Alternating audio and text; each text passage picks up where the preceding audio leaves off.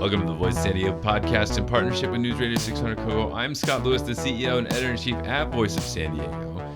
And he will be presenting our inaugural Acorn Awards today to the schools that have done well on the metric we created with UC San Diego Extension and the researchers there analyzing and comparing the incomes of a school around the school and the performance on tests, and we're recognizing those schools that did really well. And the big winner, of course, this week is Helix High, but there's several others, most improved, all those things.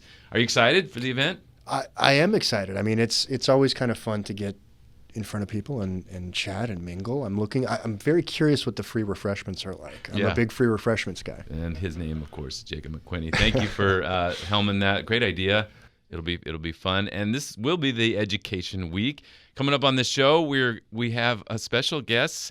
We have Cody Petterson, school board member at San Diego Unified School District, and he's joined with his partner on the board, Shana Hazan, who came in. They both came in last year, or almost 2 years, I guess, a year and a half ago. Year and a half. And so we are able to sort of compare some of those conversations before to the ones now. But first, we have something to address. Last week, we pulled a clip as we talked about the empty homes tax that the city council was considering. So if you have a second home in San Diego, they want to charge you $8,000 a year to keep it, to have it, and $4,000 more if it's a corporate-owned empty home. And it went through the Rules Committee. And this week, of course, it went through the full City Council. There was only one no vote, and he had supported it at the Rules Committee, but Raul Campillo, the City Council member, could not support it in its advancement to the ballot. So it was almost unanimous discussion. And so during the discussion we had about it, though, we pulled up a comment to City Council that admirably on our behalf we suspected might be fake because it was too good. Remember, this was from Kevin, and this is what he had to say. I tried renting these out. The renters they're dirty. They got kids. They're always destroying the place. They need to go get their own place. I mean, they need to stop being poor. Yeah, so it was too good, and turns out it was too good. Shock of shocks. Our Bella Ross did reach out to, his name is Kevin Hastings. He's a resident in Ocean Beach. He's active in the discussion about that. He had supported the empty homes and vacation rental tax before that. Now it's just the empty homes tax. And this is what he said kind of got him fired up. He was just frustrated that they weren't listening to City Council, that the City Council wasn't listening to people like him at these hearings, and it just got really frustrating. I think for him, the rhetoric that he was hearing about renters really kind of pushed him over the edge to try to dial that up to 11 and see if people bought it. So here's some of what he said. I live in Ocean Beach. My name has been in the media on this exact issue or related issues, Airbnb type of issues in the past. I see these Airbnb hosts, property owners, they rally the troops, they get them down to City Council, and some of them sound pretty reasonable, but some of the comments are just wild. I mean, the distaste for renters. They're just this lower class of human, it sounds like. So, yes, it was fake, unfortunately, but I think he did a pretty good job of, again, satirizing what is often fairly veiled criticism of renters as a class of people. Sure, but it was a lesson in parody that you have to stop a little bit short. Like yes. When he was like, he crossed the line with the Prop 13 thing. Like I don't think if he had just... That was a nerd dog whistle. Yeah, right? It was like, oh no, this guy actually knows. And the only reason he would care about it is if he probably had some concerns. So thank you, Kevin, for providing that perspective. And, I'm up for a little public art, satire. It's fine. Yeah. I think there was one guy on X who was like, this is just inappropriate. This is too serious of a discussion. Like, all right, have you listened to public comment? All right, so we got that out of the way. Let's get into our discussion with the school board members, Cody Petterson and Shana Hazan.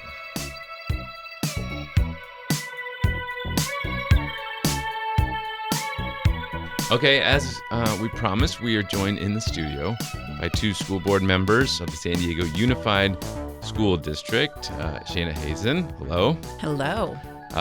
You guys are back after 2 years. Wait, has it really been 2 It's years? more like a year and a half. No, it was about 2, wasn't it? I guess. Well, it was like December of 2024. So Are y'all going to do a split screen? Did we film last time? we didn't film last time. No. Oh. So this is all new. Yeah. You're in our new. But are you coming back around? Did we deliver on what we said? That's what we're going to We're definitely going to Oh, have some of that. Yeah. Should have boned up. And that voice is the other school board member joining us, Cody Petterson. Hello, sir. It's a pleasure. Reporting for So duty. you just mentioned you were filing, Shana, your papers to run for re-election. That's right. Like now, right? You got to get those in. Today is the day, 3 p.m. I've got an appointment at the Registrar of Voters. Did you get your signatures? Oh, I mean, you're talking to like the Shana queen of overachieving. Like we set a goal and we do it. We need 200 signatures, and I think we've got about 400. Got it. And then Cody, though, you are not. You did file for another election. You were running for the Board of Equalization. People used to write my name in that from the office because we used to joke we didn't know what it did. Yes. But You and the do rest know of what it does. California. You know, if you have a show that's late at night to help put people to sleep, I can come and talk about what the Board of Equalization does. Take you up on Yeah. But you're trying to bring like the sexy back to the Board of Equalization. It seems like stop. if you're Yeah. I mean, I've been there. I know how it works. if man. your Dem convention speech was any yeah, example, tune in, check it out. Oh. yeah, the syphilis of inequality. Oh, look at Yes, you. that's right. Like fanboying over here. Wow. Well, I mean, when you hear a phrase like the syphilis of inequality, it sticks with you. So also we're printing T-shirts. Oh. Yeah. For Syphilis of BOE? inequality. Yeah. Yes, Oh, to no. support Cody's campaign. Now it's started. It's a true virus. Oh, boy. Okay. Well, I will inquire about that in a minute. But let's get into what we're here for. We did have you on not too long ago, I guess a while ago. And one of the first things and main things we talked about in that discussion was an impending and very difficult budget crisis you guys were going into. Same thing is coming up, although now we've gone through another 2 cycles, and it's going to be rough. It's the easy stuff is done, right? Well, I think we are in this consistent cycle of having to solve for large deficits. And after all of our hundreds of millions of COVID relief dollars dried up, this has become the new normal. And we've been able to navigate through it. And so this year we're left with what was about a $47 million deficit, and we've identified solutions to get that down to zero. So we have balanced the budget. We have those solutions in place. Is it rough? 100%. 100%, right? So let me just be clear. So for the upcoming budget cycle, you're good? So we haven't formally Okay. adopted it, but we have. I mean, we've shared publicly our plan for getting that budget, getting that deficit down to zero for the next fiscal year, 26-27, leaving still a giant deficit in the out years. One of the solutions you guys identified looked very similar to what you guys did last year, which was a elimination of a bunch of positions in classified services. Those are people like everything from cafeteria workers to paraeducators to even people like special education aides who kind of organize all of the stuff that special education employees do. This year you voted on Tuesday unanimously to eliminate about 200 positions. And there was a rally before that vote of classified staff. And it was very clear that they really feel like these budget deficits have been borne on their back. I mean, at the same moment as you're eliminating these positions, you're granting raises to teachers and giving them a promise of no layoffs. I mean, how do you guys feel about how this, the reaction from classified staff who really feel kind of let down?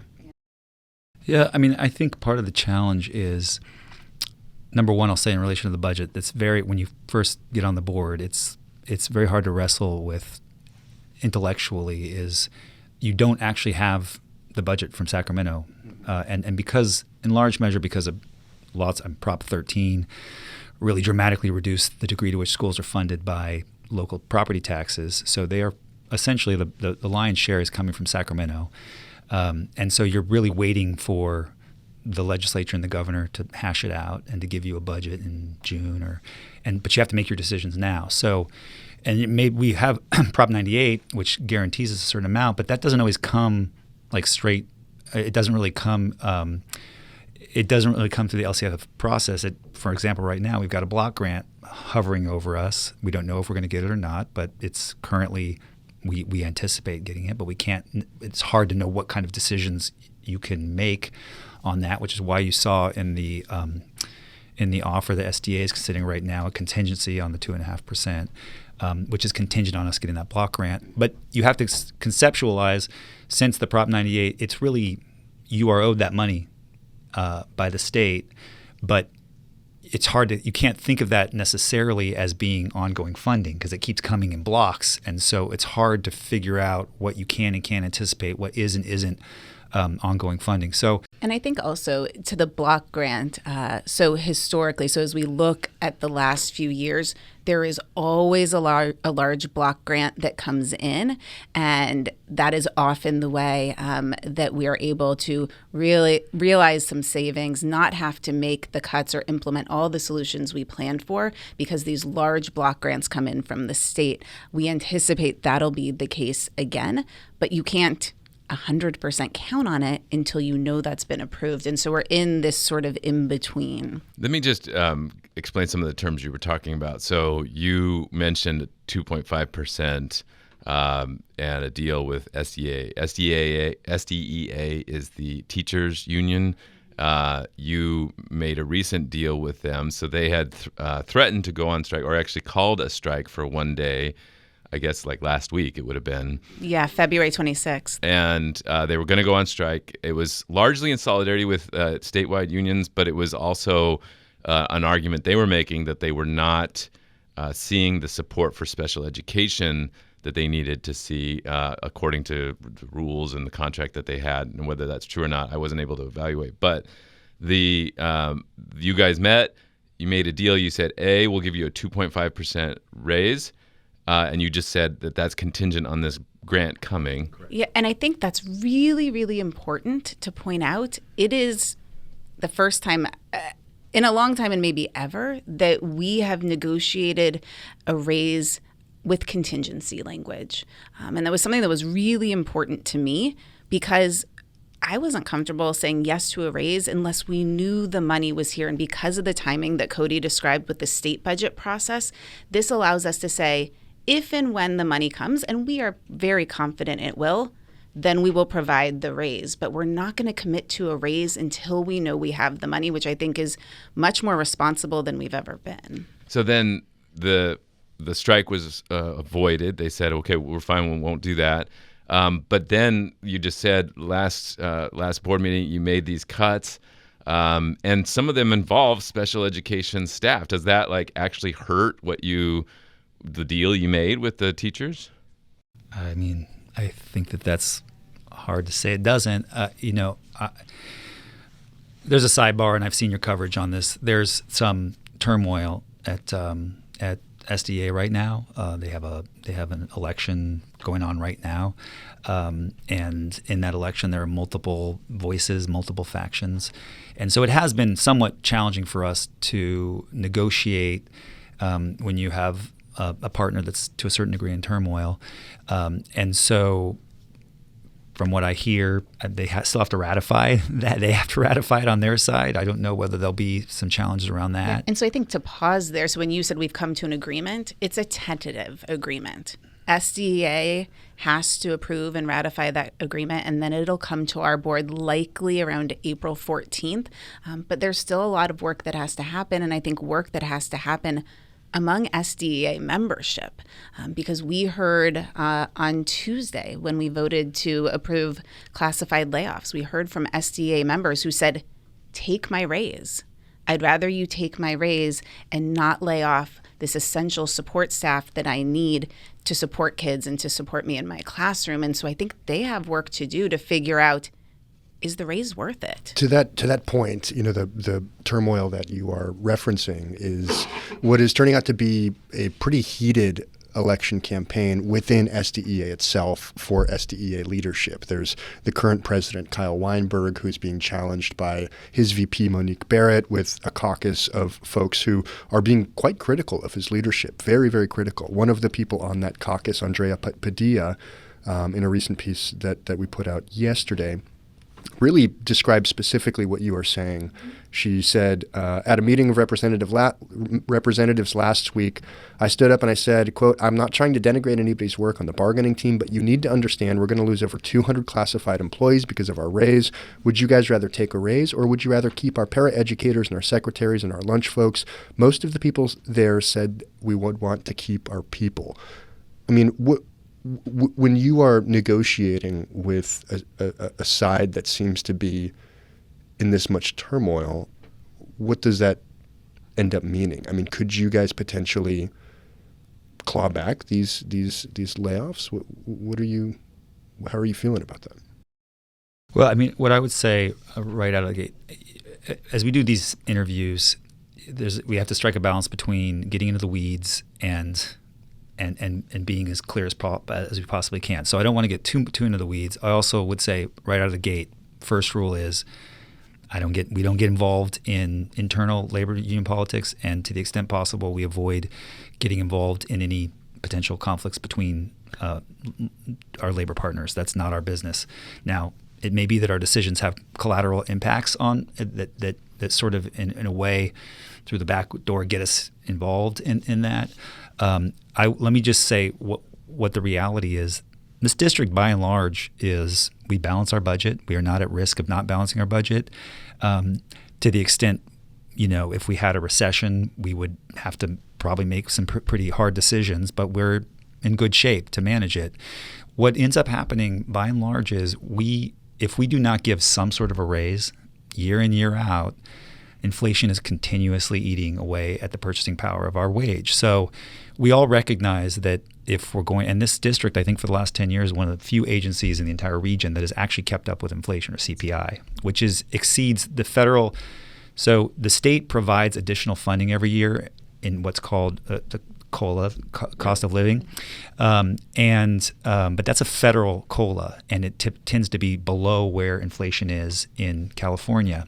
So it's formulaic, and it doesn't reflect the needs on the ground and the cost of living in San Diego per se. It's this formula, and every district in the state gets the same percent increase. So even if we were to give all of the COLA, which also has to apply to the 10% of our budget that's not staff, but if we were to give it all to staff, we would still be in a scenario in which the cost of housing is increasing beyond that, inflation's increasing beyond COLA. So even if we did COLA, we would not be keeping up with inflation. But in addition, we're secularly declining in enrollment year in, year out. We'll probably get a bump this year because of all this immigration, and we certainly got a big bump. We got a big bump over COVID in terms of the declining enrollment, but we're about now between 5 and 1%. That's a basic hard demographic fact. We are not declining in neighborhood participation rate, which is to say the popularity of our sites, of our schools with residents. It is basically a demographic fact. So anyhow, let's say, I'm going to speak hypothetically in very broad terms, but let's say the federal COLA we anticipate is going to be 2.3. The governor says he's going to fund it 2.3. We're not this going to isn't get so hypothetical. Yeah, it's just hypothetical in quotation marks. 2.3, but we're not going to get all that because we have declining enrollment. So our budget is going to increase, let's just say 1.87% or something. So if we give the COLA, we're actually exceeding the additional money we're actually going to have. So even if we gave the COLA, we'd have to.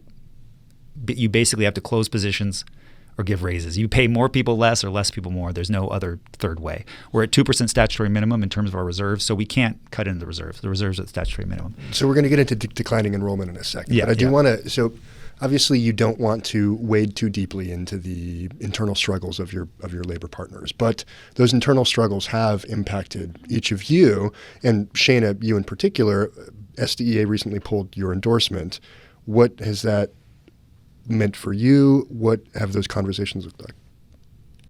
So I continue to be a strong partner and supporter of all of our bargaining units, all of our labor partners, and our teachers, and all of our SDA members in particular.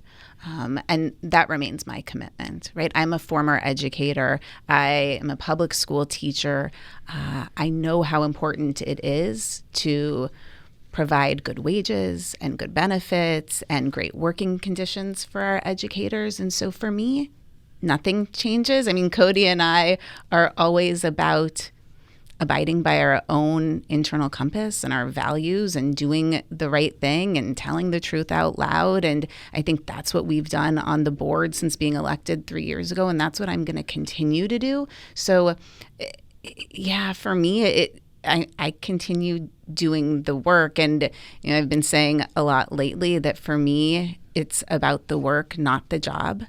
This is what I would do whether or not I was on the school board. So I'm still in it, and I'm still deeply committed to moving the needle for kids and families. And I hope, we'll talk about what have we done in the last 3 years. When you look at whether it's academic outcomes, whether it is this huge 200% increase in free after-school care we're providing for families this summer, 5 weeks of free full-day summer programming, we're doing good things, and I'm committed to doing even more of that. Wait, why was that pulled?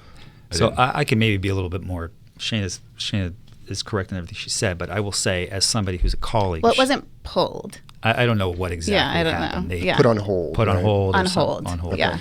But what I'll say is, as somebody who's been, with Shana from the very beginning on the campaign trail and throughout, there's a certain, I'll admit to a certain amount of irritation and sort of bitter irony in putting Shana's endorsement on hold of all the endorsements, just because she really has been a champion, not just for SDA, but for all of her labor partners. And in fact, is frankly, you have a spectrum, but in terms of the board, she's a budget hawk. I mean, you can see that on the dais, without even speaking to her voice in closed session. She's definitely a budget hawk. And part of that is about her understanding that the reality is that when we, for example, commit to anything, whether it's just a negotiated point in our contract negotiations that has a financial impact, in the end, it's going to be disproportionately our classified staff that are hit by that for a lot of reasons. But at the core, they're not ratioed in the contract. So the majority of SDA, now there's around the edges, there's SDA folks that don't have ratios. And when you say that, just meaning that if you're a teacher, we need the teacher. There's a ratio in the contract in terms of the student to staff ratio, so you can't cut beyond a certain point. So if you're looking for flexibility, it's going to come on the classified side. That is an inherent reality of the budget. And I would say, it's an inherent reality, but it's also a heartbreaking reality. And I've spoken to this, and we talked a little bit about it at Tuesday's board meeting, and we heard it, in public comment, right? That often means our lowest wage workers end up getting laid off, and that's awful, and that's not the way this should be. And it's not equitable. And I think we're hearing from, a lot of our partners and a lot of staff across the board at San Diego Unified who are starting to recognize that reality, and recognizing that it's not working for everybody. And so how do we collectively reevaluate and really think about how do we do right for the entire system? Right, for all of our kids, for all of our employees, and think more holistically about how we're building budgets and I think how we're bargaining. Help me understand, if the enrollment is going down, the ratios haven't changed, so why, and you're promising not to lay off teachers, so where's the give there? Are there teachers just through attrition leaving, the numbers going down? Okay. Yeah, so we'll take, for example, what happened. I said sort of glibly, but it's basically true. This year's deficit is last year's raise, and I maybe it's several years, maybe it's the current year's raise. Is this? But that's basically a fundamental reality, which is to say we are budgeting correctly, but we're also the play we have is on that raise, the raise question. The risk we can take is on that thing. But what is basically happening is the ideal is for us to manage staff departures through attrition, which is to say they're retiring, they're moving to another profession, they're moving from CSEA, from a classified position, they got a teacher's certificate, so they're moving, rather than terminating folks. And if you look at what happened with the selective early retirement program we did, that was 969 folks. And not everybody knows what that means. So last year we offered an early retirement incentive, and nearly 1,000 staff took that, right? So we saw a huge number of people choose to retire last year, which allowed us to really stabilize staffing levels this year. And so let me just, one more clarifying question. You said 200 positions eliminated among classified staff. Will those be rescinded if the block grant comes in? Well, so I think to be clear, so it's 200 positions. Those aren't 200 people that are currently working for the district. So They're as we about look 90 filled, right? 69 actual people who are currently employed that we don't have slated for positions next year. But what we know is that often the number that we agree to now, right, in March, tends to go down. So it's not going to be 69 by the time we adopt our budget. And our goal is always to get that down to zero or as close to zero as possible. So we're going to watch and wait, and we'll continue reporting out on where we are. If the contract negotiations kind of restart with SDEA, probably not going to happen. Cody's shaking his head. But could you get to a place? Could you get to a place where SDEA gives up concessions and classified? I mean, we can't speak for them, right? I think to Cody's point, and you reported on it, they're working through what they're working through, and we will continue to show up, and if they're interested in continuing to bargain, but really the ball's in their court. We have a tentative agreement that they agreed to, we agreed to. We'll see if they ratify it or not. And once that happens or doesn't happen, then we'll see what our next step is. And my face on that was not that there might be there could very well be some revisiting of certain elements. It won't restart. Sure. I was so the pained expression was the concept restarting. I just don't even say that word. But it could be certain elements of it could be revisited. But hypothetically, if there were elements that SDEA kind of moved back on, lessened their ask, could you get to a place where you aren't laying off any classified staff? Sure. I mean, I think at the end of the day, we have to see where we end up, what dollars are available. I know, every single board member and the superintendent said very clearly on Tuesday, we don't want to lay anyone off. That's not our desire, right? We're really lean right now. I think it would be a dream. And irrespective of where those dollars come from, right? We talk about block grant. We know that the state is withholding $5.6 billion in Prop 98 funds. There are always surprises that happen. So depending on dollars available, we're going to take a look at our budget, at our staffing decisions, and we'll recalibrate throughout this process over the next 3 months. So we're going to let you talk about all the programs you're super proud of, but first we're going to keep on this kind of dour note, right? I don't know that it's dour, right? Well, this is we're talking about enrollment decline now, which is, you don't think that's a little depressing? I don't think it's depressing. It's simply a matter of fact. Sure. I'm a Marcus Aurelius guy. He says add nothing, which is the fact is the fact. It just is. We engage with the fact. I don't think it's good or bad, right? Our job is educating children. And so every child that shows up, we're committed to providing a high quality education for, whether it's one child or 100,000 kids. And we do everything we can to build a system that meets their needs. And so the number is just a number. So we'll move forward into this conversation with a degree of stoicism here, and basically he will. There we go. So we'll lay out the basic facts, right? Over the past decade, from 2014 to 2024, obviously we're waiting for final enrollment numbers for last year.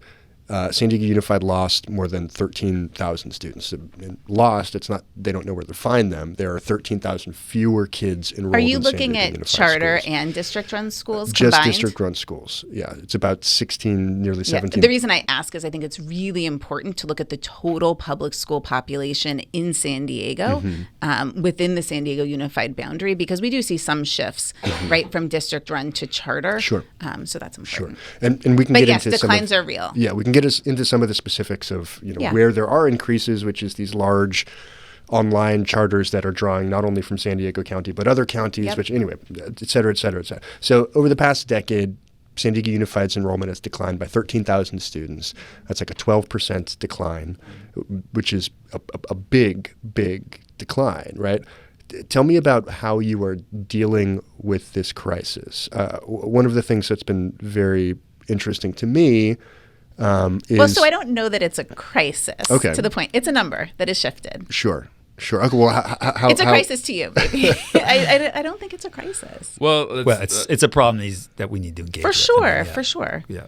I mean, from Jacob's recent reporting, there was 27 schools that are less than half full. Yes. He was able to get some documentation on that. I was very proud of Yeah, him digging to get that. We were proud of Yes. Gold star. Some schools at 31% of their, quote, capacity, one at 38, 37, 34. The average enrollment of those schools that are less than half full decline was not just 10% or 5%, it was 28% over those 10 years.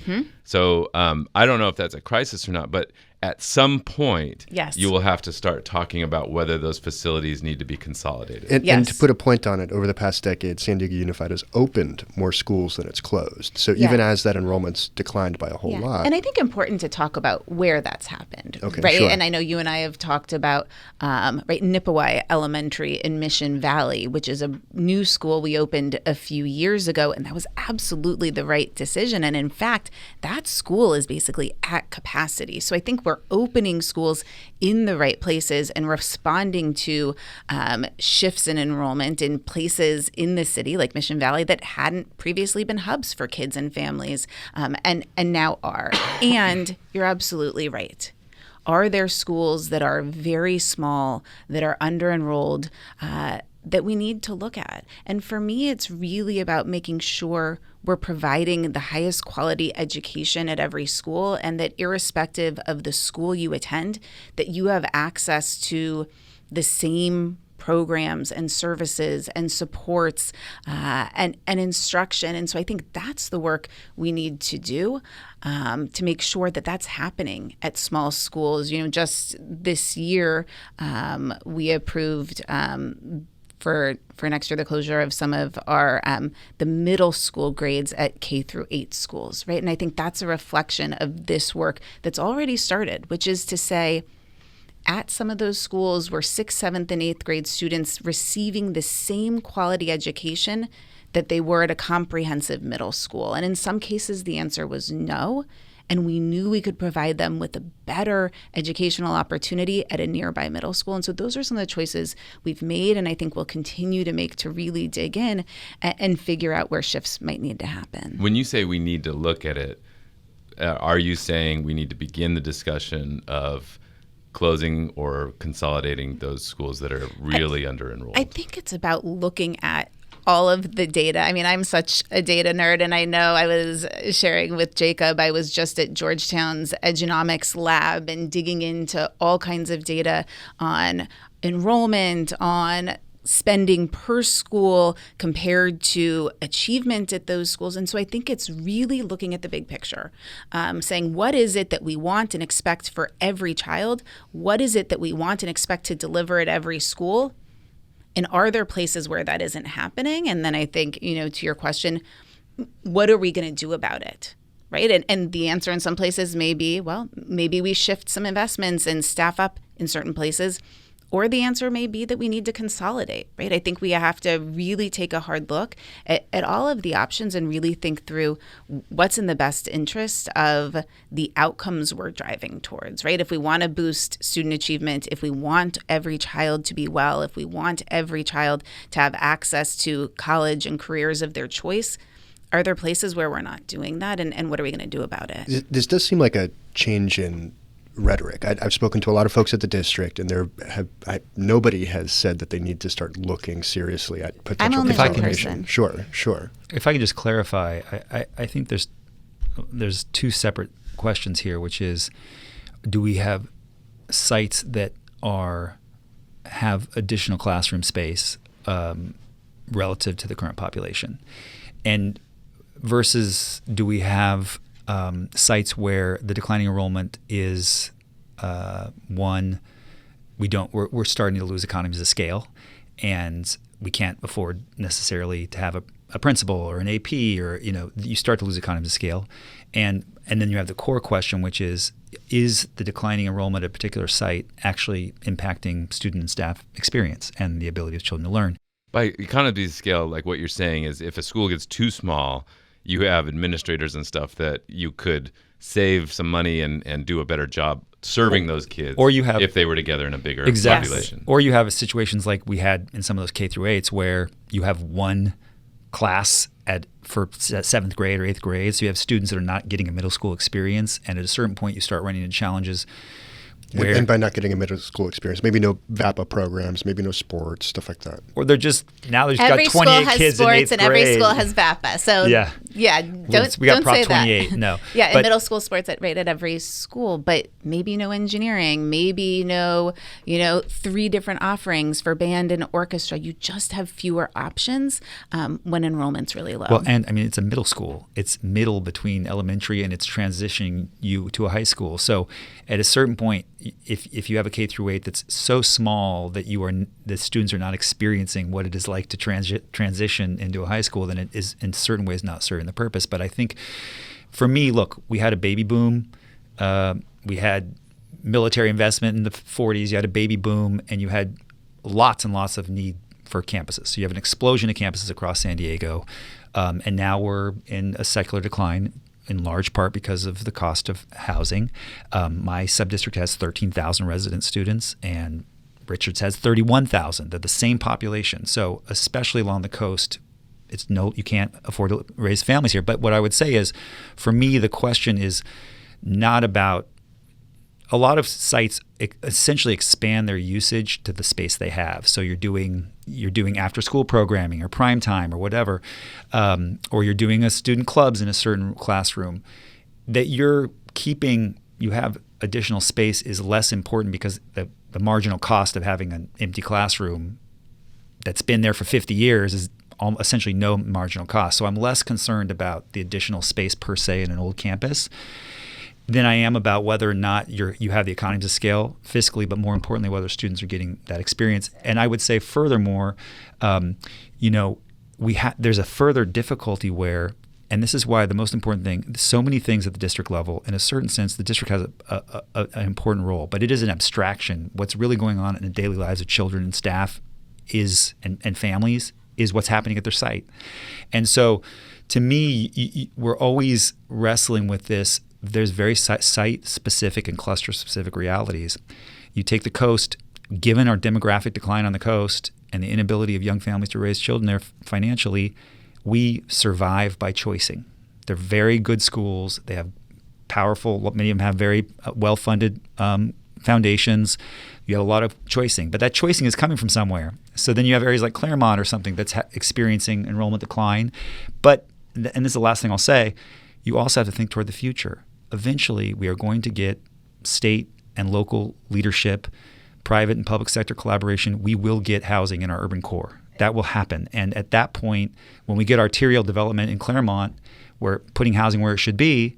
And if we ever get Sandag back up and running, we're going to need additional space in those schools. So, Yeah, and I think that's exactly right. And I think, maybe call me Pollyanna, I don't think it's forever and always we're just going to see this decline in enrollment. I don't think, one day, a whole generation of, call it 30-year-old women woke up and said, you know what, I'm just not going to have children, or I'm going to have fewer children, right? To Cody's point, it's expensive to live here, and it's expensive to live, throughout California. But I think once we address some of the things that make it so damn expensive, people are going to start making different choices. And so I think we have to prepare for that as well. So we need to respond to what we're seeing today.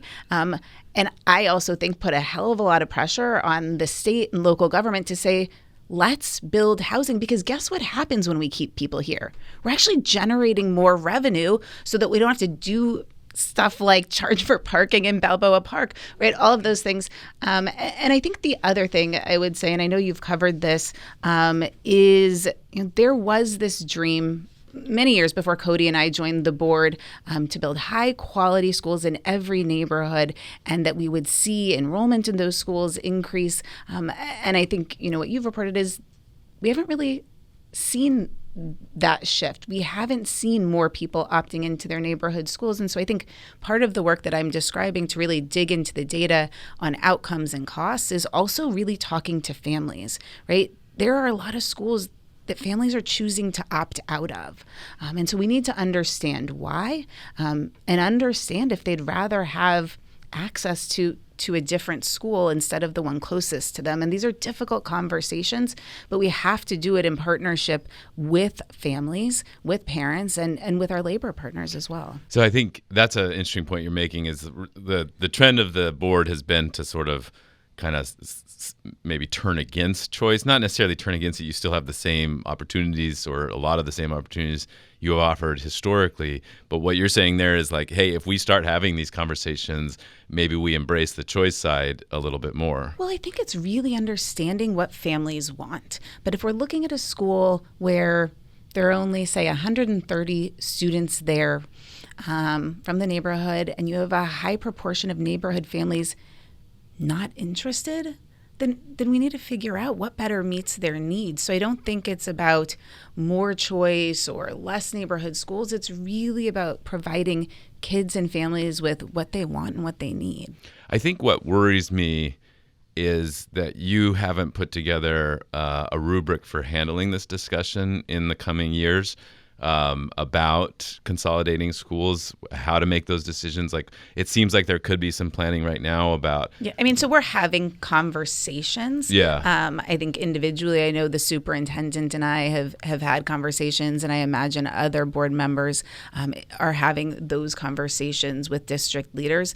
We haven't, done work formally, officially, but I think we're all asking some of these questions. But there are going to be, like you said, there's 13,000 kids along the coast, and the population there is really struggling to develop, and families 30-year-olds may decide they want to keep having kids, but there's places like Italy where they kind of stopped, and it's like not unheard of that could continue. And this isn't just a San Diego problem. No, right? This no. is across California. Global. Right. Yeah. Right. Global North, yeah. And so I think then what I really, really am worried about is 5 years from now. Come back. So just like we told you 2 years ago, Okay. wait and see. Like, But this you- is I'm not this is worried. top of mind for us. Not worried as much as I want everybody to be ready to have the conversation, because if there is this conversation where the coastal schools don't close, but schools in southeastern San Diego do close, that's going to be gnarly. It's going to be really ugly and painful. And if you aren't ready for that, I think that it could be a lot more painful than it has to be.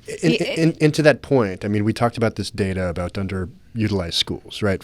One asterisk there is that thus far, San Diego Unified hasn't even developed a language, a benchmark to communicate when a school is under-enrolled.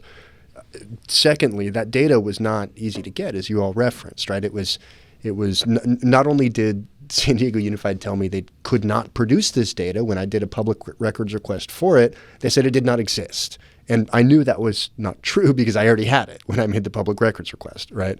And both of you, I mean, you, Shana, and Superintendent Fabiola Bagula have talked explicitly about how you were trying to get this data and it had not been provided to you. I mean, all of this kind of goes to Scott's point here, right? Where these big, gigantic considerations, grim or not, don't seem to have been given the weight and the depth of consideration that I think they really, really need. Yeah. So I think that's right. And I think what you've heard from Superintendent Bagula, what you've heard from me, is how critically important this is and how committed we are to getting it right, to making sure that we are looking at the data, that we're thoughtfully planning. Because all of the things you've said are absolutely right. And I think, to Scott's point, maybe it's trite, but fail to plan, plan to fail, right? And we're not going to do that, right? We're going to do this work really thoughtfully. We're going to dig in. We're going to have the conversations. And so when I say give us a little time, we're going to get there. Okay, sorry. I got to do one more thing. Do it. And then we'll go. Sometimes it feels like there are two districts. There's the district where there's education, and then there's the district that's building stuff. And the building... There are two budgets. Exactly. There's a building, and the building budget is bananas. It's like got billions of dollars. 11 billion in bond funds over the past 12 years. And I actually think this is important for the public to understand, because sometimes people say, why do you have to cut if you have all of this money? But that money is restricted for capital improvements, for facilities, for construction. I understand. And so one of the things that bothers me is like, people are always like, well, we don't fund our schools in California. We've raised taxes like 3 or 4 times here. Taxes on a home like mine have gone from nothing or no extra, parcel tax or property tax to more than $1,200 a year. That's a significant tax increase over the last, 15 years. And so I think, but all of that has gone, all of it, to construction, and can't be, and is very minimally helping with teacher costs and stuff right now, right? Like you've supplemented everything. What you've got to imagine is if we did not have that, we would still need to improve and maintain our sites. So that would be coming out of general fund. So yeah, it's hard to even imagine a world what our sites would look like if we are imposing austerity. So without those funds from the taxpayers, we would be in dire. Yeah, fair point. I think what's interesting to me, though, is it doesn't feel like the conversation about enrollment or capacity in these schools is at all intersecting with the conversation about building these schools. Well, I will say, let's distinguish, because from the data I've seen, our senior executive director of facilities planning and construction is on top of it. Yeah, Lee Dolgoroff. He's a very encyclopedic understanding of our sites, and if he's doing a whole site modernization, he and his team are looking at what the enrollment is and anticipating where enrollment's going. So you can say confidently that there's no building happening somewhere where the enrollment could have the conversation about consolidation coming. I think that I will say I have confidence in Lee. I have talked multiple times to Lee about this specific subject because I've been having ongoing conversations with Jakob, and I think Jakob was able to talk to Lee. Absolutely, 100%. Lee is doing that analysis. He will not do a whole site modernization on a site that is experiencing dramatic declines in enrollment. And I think also we have to think really creatively and differently, right, about consolidation. I know, when you look at other districts that have consolidated, just because a school is called a certain name today doesn't mean that school and those kids and that name could move to a brand new site that happens to be called something else today. So I think we can't get so stuck on those things, right? So if there's a brand new school that hypothetically, consolidates with another, we would always favor a newer school over an older school if it came time to consolidate. So I don't think that would be an issue. I think what's interesting is that's yet another point you're making about maybe flexibility is part of your future in a way that is another departure, I think, from the quality schools in every neighborhood commitment that happened. And I'm into it. This is all hypothetical. Sure. Yeah. But I think what we're super lucky to have, I think, to Cody's point and your point, is we do have tons of beautiful new state-of-the-art facilities. We have air conditioning in every school. We have all of the things in terms of the physical space to provide a best-in-class education, and we've got great educators. And so it's just really thinking about in cases where maybe there aren't enough students or there aren't efficiencies of scale, are there different choices we might make? But we have all of the pieces in place. One of the, I think, most notable things that's happened since we spoke, and it concerns, what you guys are doing with space you're no longer using, right? Late last year, or I guess early this year, you approved RFPs for sites across San Diego Unified to build 2,500-ish, right, units of housing. That is nearly 3 times as much as what's been built throughout all of California. It would be the largest portfolio of affordable workforce housing in the United States. Yeah. Mm-hmm. I mean, I want to give you guys a little bit of time to talk about what that's meant. I know, Cody, this has been a priority of yours since literally you were running. I was running for the board. My PowerPoint. Yeah, with the PowerPoint that described exactly how you wanted to approach this stuff. So tell me, what have you learned from this process, and how does this figure into how you view the future of San Diego Unified? Yeah, so when Shana and I were running, it was clear we had some new enabling legislation there was a movement at the state level to spur education workforce housing, but that a lot of districts throughout the state had not adequately taken the state up on the opportunities. And, we really had just the confluence of a lot of factors. We had a very good hand in relation to doing this. Number one, we had a pre-existing bond program that had a lot of experience doing RFPs. We had Lee Dolgaroff and his team who were very experienced.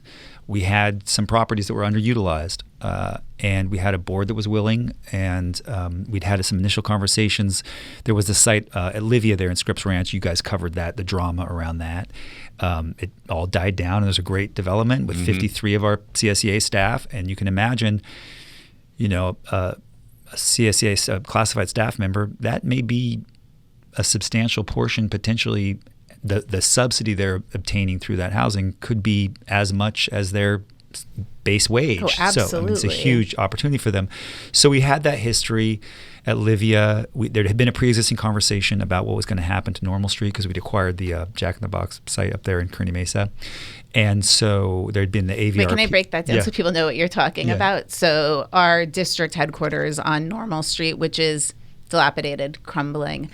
We are moving to a new headquarters, and we'll be redeveloping the Normal Street Will property. it have air conditioning? Oh God! That's Yeah. So this is what people don't know. Will it have functional guest Wi-Fi? Yes. So to the point that we really invest in our kids and in our schools, come down and look at our central office. There's no air conditioning. Wi-Fi is not so great. It's a little crumbling. So we really do walk the walk when it comes to putting all of our dollars into kids and schools. So we had this there'd been a pre-existing conversation with the community in University Heights around that site. There'd been a study through AVRP. And then Cody and I came in. And then we came in and we're just like, hey, let's revisit this conversation. And then I started my presidency 2 Decembers ago. And we had a conversation about what could be achieved. And we had a workshop with the board in early last year. And Lee felt like his team was ready to do 5 RFPs. So we had 5 RFPs. And I will say, through the joint occupancy, so each of these things has both housing for our staff, and it has some district-related use, like a parking lot for our adjacent. Because that's a legal requirement. That's a legal requirement for joint occupancy. Some it's a parent engagement center or a child care center that we'll operate, various joint occupancy uses, and so which allows you to essentially put out the RFP and have developers submit designs and pay for the construction of this, as opposed to district dollars going. So as opposed to what is typically done was you use bond money, and we have $205 million hardlined into the last measure for this, and we always had that powder. But what this is the model is really transformative. There was a study out of City Lab and Turner Institute did a study a couple of years ago, identified 75,000 acres of underutilized developable district land throughout the state with the potential for 2.1 million units. Only 832 have been built to date in the state. So we saw that data. We thought, wow, this is a huge potential. We did our workshop. The district was able to identify what its goals and priorities were. They came back to us the next month with our draft RFPs. We approved that with some minor changes, one of which was to stipulate our number one goal is number of affordable units. It went out. And I do want to say, I mean, Shana, you mentioned that you and Cody kind of blew up what was sort of developing at Normal Street. And it is, I mean, I think you should underscore genuinely what that meant. Yeah. The original design for that area had, 400 or 500 units? Something like that? Yes. Right. Yeah. And what so when ended up being approved, the RFP that ended up being approved was 3 times as many. And when I say blow up, what I'm really saying is we did everything we could to transform the lives of as many employees that are struggling to make ends meet as possible, right? So when we came in and Cody referenced this initial proposal, which was like, maybe if we're lucky, we could do 500 units at Normal Street, both Cody and I said, why are we limiting ourselves, right? This is a neighborhood where we should be producing dense housing, where we should really be thinking about how do we build up and think about all kinds of ground level amenities that are only made possible when you build up, right? And so now what we have tentatively approved is a project with parks and playgrounds and a public pool and shopping and restaurants and 1,500 units, right? And it really required us to think really boldly about what was possible, but also to center the needs of our employees and of our community in a way that I think, maybe was scary for some folks. I will also say, I think what was interesting about the way we structured it and why frankly this is going to be viral throughout the state. It's going to spread because we used no bond money. We did not lose the land. It's a 99-year ground lease. We used no additional taxpayer dollars. We put out these RFPs. Frankly, when you're out ahead of the curve, you don't really know whether it's going to work. We did not know whether we would get responsive bids on all our sites. We had 5 RFPs. We thought, hopefully we'll get at least one on everything. We knew we'd get a lot of attention on Normal Street. We got 15 bids. We got them on all of our sites. And for us the first victory in this thing was this is a viable solution. These developers believe that they can provide affordable housing. Our definition of affordability was no more than 30% of household income.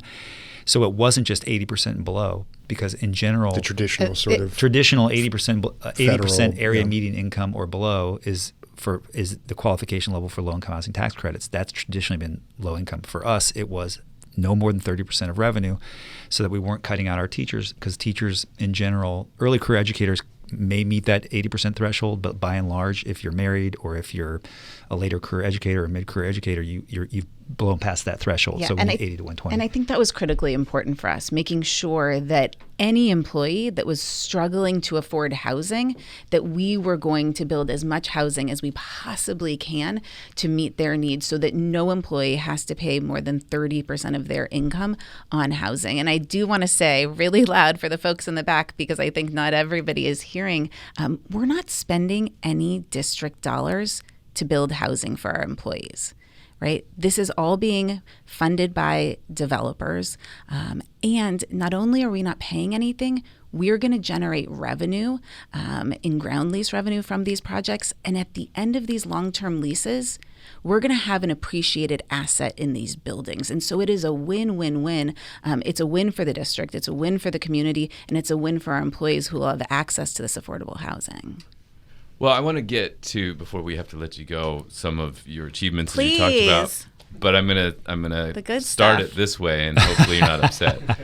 But Will you one play of that the- song? Can Yeah. we start with the good stuff? Isn't Yeah, that you can. But I want it to be in response to this. There was a lot of alarm and concern about young people entering UC San Diego with some really dismal skills, Yeah. like just abilities to comprehend basic literary issues, being able to do math, being able to do the kinds of things that prepare them, or just to have even basic level college experience. So they had to go several layers below to get them up to speed, especially in math.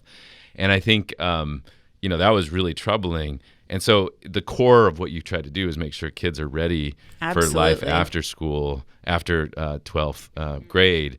What can you point to over the last couple of years that is going to be able to show some improvement there? Yeah, so I think we've really sort of coming out of COVID when things were really bumpy.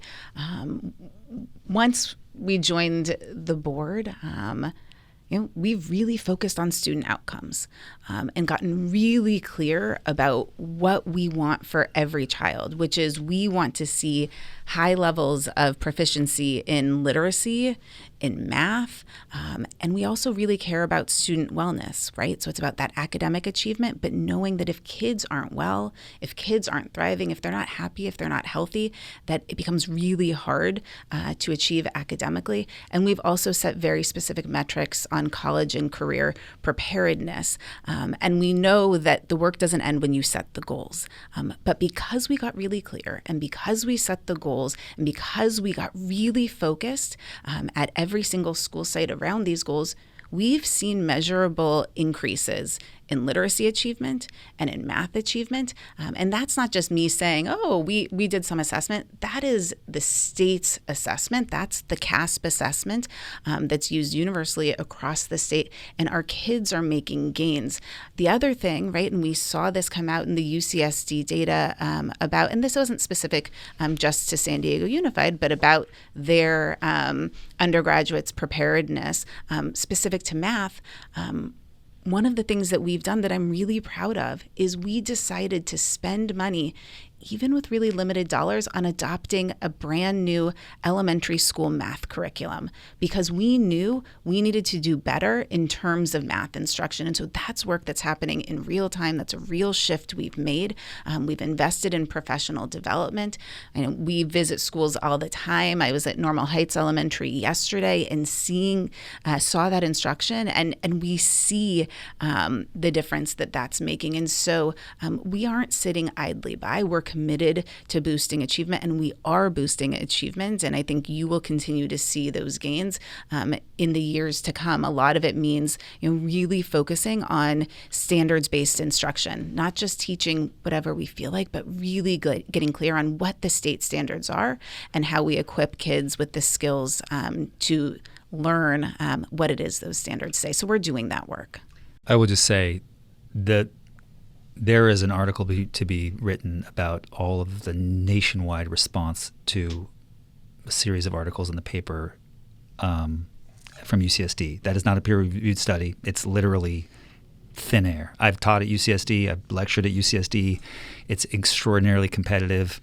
That paper is essentially, again, not a peer-reviewed paper. It's essentially about changes in their remedial course offerings.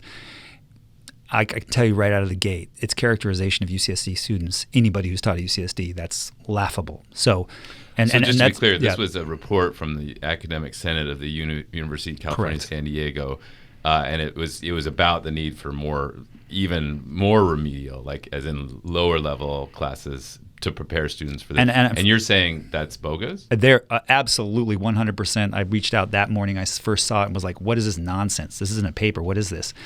And with multiple professors in the education department at UCSD,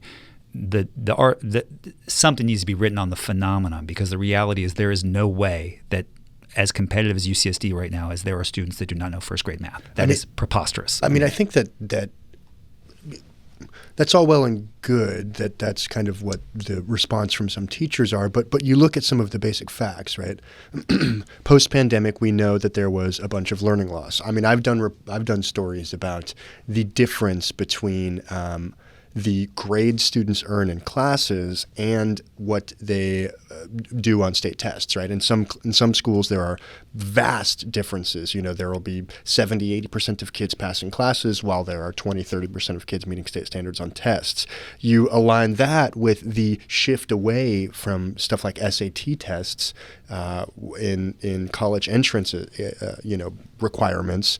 All of a sudden, you have kids who are being judged based on what could be very misleading grades and, whatever extracurriculars they're doing. I mean, does that not seem like it's so clearly feel COVID learning loss is a reality. There's no question about that. Yeah. Let's set aside the UCSD issue. Actually, it's a fascinating story, and I think you should bring in some folks from UCSD Ed Department to talk about what it really does mean and doesn't mean. What I would say in terms of us, when I came in, and I said this in a lot of contexts, but frankly, there were no instruments in the cockpit. I mean, we were there going, what's going on? And I think we were coming out of an era of this discipline and punish era where educators and site leaders were really saddle shy about testing. And we came in to say, okay, let's reassess what kind of data do these kids want us to know about them? And when you build it out from what we should know about the students, you do things like Institute iReady. So we're now and getting... I would go further, right? It's what do students want us to know about them? But as I talk to teachers, what information do teachers want to know about their students in real time, right? And so we actually have access now to iReady, which Cody's describing. So we're doing interim assessments. So interim assessments throughout the year, because what happens is when we get state assessment data, it's old, right? We're talking about kids who are no longer in those grades, may no longer even be in our system. What we realized is we need real-time data to inform practice, right? And so it's really talking about data-driven instruction. And so now we have the tools in the cockpit so that our teachers have access to information about how students are doing. They see it every day, of course, but sometimes it's great to have some of these other metrics, and then we're able to use that information to inform practice. It's also information that students have access to. Oh, I'm struggling here and I need to work on this. Parents have access to that information too, which we haven't historically. And, I'm a parent in the district, Scott, Cody, right? And that's new, that level of transparency so that we're all clear about how kids are doing. How can parents get the iReady data? I was curious about that. Oh, you should be getting it. So we email it out. If you are not getting it, I would ask, do you have a Power School account? Yeah, okay. Talk to your board member. No, but so it's that information is shared 3 times a year. Yeah. And I think one of the things I love about being a mom in the district is, I hear, oh, we're sending this out. We're doing I can see, are we or aren't we? Because as a mom, either I'm getting the information or I'm not. And I can tell you 100% the iReady data. And I have 2 kids at 2 different schools, and I've received it for both of them consistently. So that is information that's available to I would parents. also say in relation to that, I'm getting our Power School, some Power School stuff. But what I would say for me, I think it's vitally important. Ultimately, this is true. It's important to have some members of your school board have kids in the system. Yes. Because the truth, it's not just for the ground truthing, but when people are trashing Common Core. I spent 5 years with my daughter's hardworking, competitive, doesn't take naturally to math, but she did not want to not do well. Yeah. And we spent, honest to God, an hour and a half every single night for 5 years. Yeah. I know Common Core. Anybody trashes Common Core, I'm like, they are learning numeracy in a way that is vastly superior to our rote stuff that we learned, So it's also really hard for parents. My wife is very good at it. I'm not. I was like, all right, you guys. They're like, same. They'll wait till she comes home and they're like barraging her with questions. I'm like, I was here the whole time. All right, we have to let you go, but I do have one last question. Your colleague Richard Barrera is running for superintendent of schools. Yeah. Do you support him? Yes, they of course. both endorsed him. They both endorsed him. Yeah, of course. Yeah. Well, I want to throw one more question at you guys Okay. too. Okay. So next year when we have you back, well, I guess you're not going to be here anymore. No, let's do it again. I'll come back. We'll keep talking housing and all of the overlapping things. Yes. Okay. Where do you want us to hold you accountable? We talked about this last time you were here. Yeah. What did I say last time? Last time, I believe it was you were increasing the number of after-school care slots. Did we do it? You have done that. Like a lot? You have done that a lot, yes. I think housing... Does that contribute to affordability so that families can stay in the district because they're not having to spend thousands of dollars a year on childcare? There you go. Yeah. I think you answered your own question. And I believe another one was So come back on that housing. one. Okay. Because that's going to keep going up after school slots, right? We've gone universal and we're going to be Tier adding 1, more slots of free after school care. Come back about summer programming. So if you compare last year where we provided only a few thousand families with free summer programming, I want you to look at the difference that you're going to see this summer for the thousands and thousands and thousands of families that are going to get free care. And then to the point of achievement, right? I think it's a really critical question that we have to keep coming back to, right? We're focused on boosting literacy and math achievement. We've been doing it over the last few years and we need to keep doing it. We have very specific goals and metrics that we are driving towards in 2030. We're on track to meet those goals, but hold me accountable for that. And I think also, let's talk about housing. All of the things that we said we're going to do, I sure as hell better do it. And I would just say we would be hypocritical if we didn't say hold us accountable to the exact same things as part of our student outcome focused governance reform process we're holding the superintendent accountable for, which is number one, top of everything, social emotional wellness. Amen. Are the kids all right? Are they loved? Do they belong? Do they matter? We believe that's the highest leverage intervention, not only in and of itself, but the highest leverage intervention to move everything else. And can I just ELA say achievement. On that, so I think, one of the things that's been really important is thinking about our youngest learners and how well our 4 and 5-year-olds are. And so we're doing an early learning wellness task force. We're going to be bringing in some researchers from Stanford in the next couple of weeks, district leaders and others to really think about our youngest kids well, because we know if they're well, that they will grow up to be happy, healthy, and hopefully well adults. Okay, well, next year by then you will have figured out how to measure wellness, presumably. That's something you're embarking on right now. And thank you guys for coming. Looking forward to talking to you. Thank you. Thanks for Cody the opportunity. Petterson and Shana Hazan, thanks for coming. Appreciate it. Thank you.